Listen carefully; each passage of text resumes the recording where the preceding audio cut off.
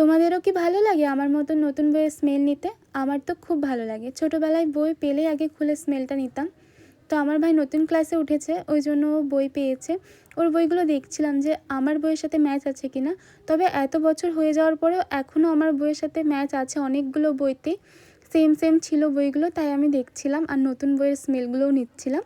তারপরে এই ছোট ভাই দুটোর সঙ্গে একটু ব্যাডমিন্টন খেললাম। তারপরে শয়তানিও করছিলাম, ওদের বলছিলাম বল আমার ফোনের কভারটা কেমন লাগছে, ওরা বলছে ওয়াও। আর এখানে দেখো এই পুচকাটা তো মোটে ও শয়তানি থামেই না। আর এই যে কুকুরটাকে আমি বিস্কুট খাওয়াচ্ছিলাম। দেখো শীতকালে কুকুরদের এমনিই ঠান্ডা লাগে, তো তোমরা যতটা পারবে ওদের কিছু খাওয়াবে, কারণ খালি পেটে ঠান্ডাটা আরও বেশি লাগে। আর বাড়ি এসে এই পুচকেটা বলছে ভাত খাবে না, তোকে যতক্ষণ মেহেন্দি পরিয়ে দিচ্ছি ততক্ষণই ভাত খেয়েছে। আর এই ভাইটার কাছে এক্সপ্রেসো মেশিন ছিল, তো ভাই আমাদের জন্য এক্সপ্রেসো বানাচ্ছিল।